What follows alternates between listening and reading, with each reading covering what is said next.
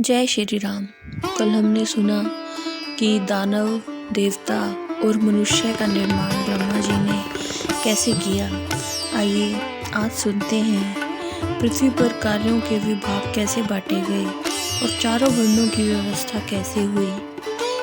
श्री मैत्रेय जी बोले, हे प्रभु, आपने जो और वाक स्त्रोता मनुष्यों के संबंध में बताया, ब्रह्मा जी ने उनकी सृष्टि किस तरह की, कृपा करके आप मुझे विस्तार पूर्वक बताएं। श्री ब्रह्मा जी ने ब्रह्मणादि वर्ण जाति को जिन जिन गुणों से युक्त और जिस प्रकार रचा और उनके जो जो कर्तव्य कर्म बनाए, कृपा करके आप वह सब वर्णन कीजिए। श्री पराशर जी बोले, हे मैत्रेय जी, जगत रचना की इच्छा से युक्त श्री ब्रह्मा जी के मुख से सर्वप्रथम सत्व प्रधान प्रजा उत्पन्न हुई।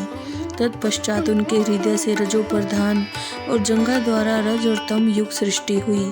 ब्रह्मा जी ने अपने चरणों से एक अन्य प्रकार की प्रजा उत्पन्न की, वह तम प्रधान थी। ये ही चारों वर्ण ब्राह्मण, क्षत्रिय, वैश्य, शूद्र कहलाई। हे महाभाग, श्री ब्रह्मा जी ने यज्ञ अनुष्ठान के लिए ही यज्ञ के उत्तम साधन रूप इस संपूर्ण चतुर्वर्ण की रचना की थी। यज्ञ से तृप्त होकर देवतागण जल बरसाकर प्रजा को तृप्त करते हैं। अतः यज्ञ सर्वथा कल्याण हेतु किया जाता है। जो मनुष्य सदैव सदाचारी, सर्वधर्मपरायण, सज्जन और सुमार्ग पर चलने वाले होते हैं, उन्हीं से यज्ञ का यथावत अनुष्ठान हो सकता है और वे ही लाभ उठाते हैं। यज्ञ से मनुष्य इस मानव शरीर से ही स्वर्ग और अपवर्ग प्राप्त कर सकते हैं। उन्हें जिस स्थान की इच्छा हो उसी को जा सकते हैं। हे मुनि श्रेष्ठ, श्री ब्रह्मा जी द्वारा रची गई है चार वर्ण विभागों में स्थित प्रजा बहुत ही श्रद्धावान, आचरण वाली, स्वेच्छानुसार रहने वाली, समस्त बाधाओं से रहित, शुद्ध अंतःकरण वाली, सत्कुल में उत्पन्न होने वाली और पुण्य कर्मों के अनुष्ठान से परम पवित्र थी। उस प्रजा का चित्त शुद्ध होने के कारण उसमें निरंतर शुद्ध स्वरूप श्री हरि के विराजमान रहने से उन्हें शुद्ध ज्ञान की प्राप्ति होती थी, जिससे वे प्रभु के उस विष्णु नाम के परम पद को देख पाते थे। फिर त्रेता युग के आरंभ में हमने आपसे प्रभु के जिस काल नाम के अंश का पहले वर्णन किया है, वह अति अल्प सुख वाले, तुच्छ और दुखमय पापों को प्रजा में प्रवृत्त कर देता है। उससे उस प्रजा में पुरुषार्थ का विद्यातक तथा अज्ञान और लोभ को उत्पन्न करने वाला अधर्म का बीज उत्पन्न हो जाता है, जिससे उसको अष्ट सिद्धियां नहीं मिल पाती। उन संपूर्ण सिद्धियों के क्षीण हो जाने पर पाप की वृद्धि हो जाने के कारण समस्त प्रजा द्वंद्व और दुख से आतुर हो गई। तब उसने रेगिस्तान, पहाड़ और जल आदि के स्वाभाविक और कृत्रिम दुर्ग और पुर तथा पर्वत और नदी के किनारे बसे छोटे टीले बनाई। उन पर आदिकों में शीत और गर्मी आदि बाधाओं से बचने के लिए उसने योग्य घर बनाए। इस तरह शीत, धूप और गर्मी आदि से बचने का उपाय करके उस प्रजा ने जीविका चलाने के लिए कृषि तथा कला कौशल आदि की रचना की।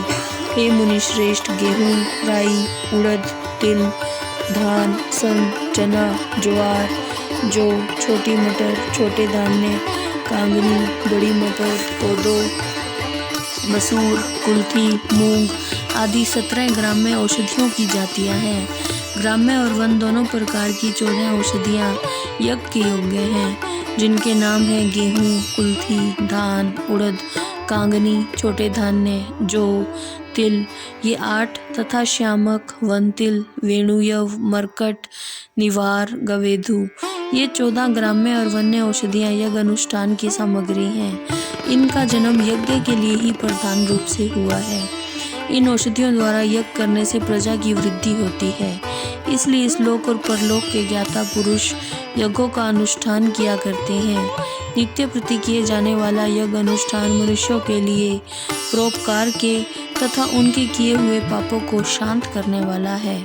हे मुनिवर, जिनके चित्त में काल की गति से पाप का बीज पनपता है, उन्हीं लोगों का चित्त यज्ञ में प्रवृत्त नहीं होता।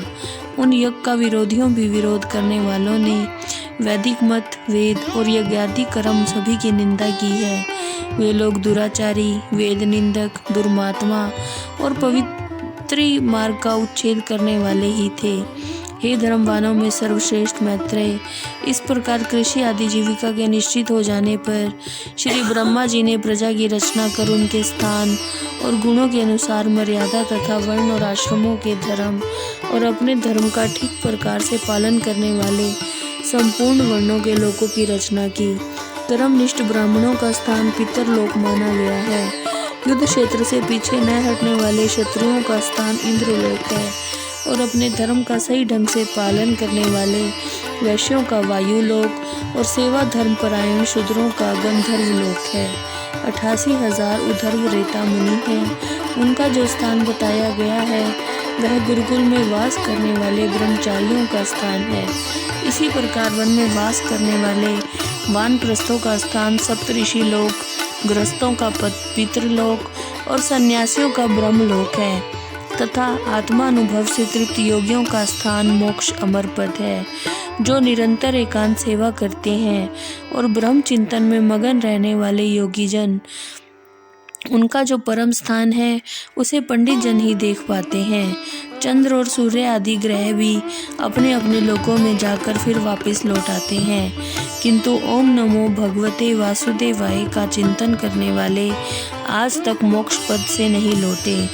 तामिस्त्र अंध, तामिस्त्र महारौरव रोग, आसीपत्र वन, अविचिक घोर, कालसूत्र आदि जो नरक हैं, वेदों की निंदा करने वाले, यज्ञों का उच्छेद करने वाले और सर्वधर्म विमुख पुरुषों के स्थान ये नरक कहे गए हैं। जय श्री राम।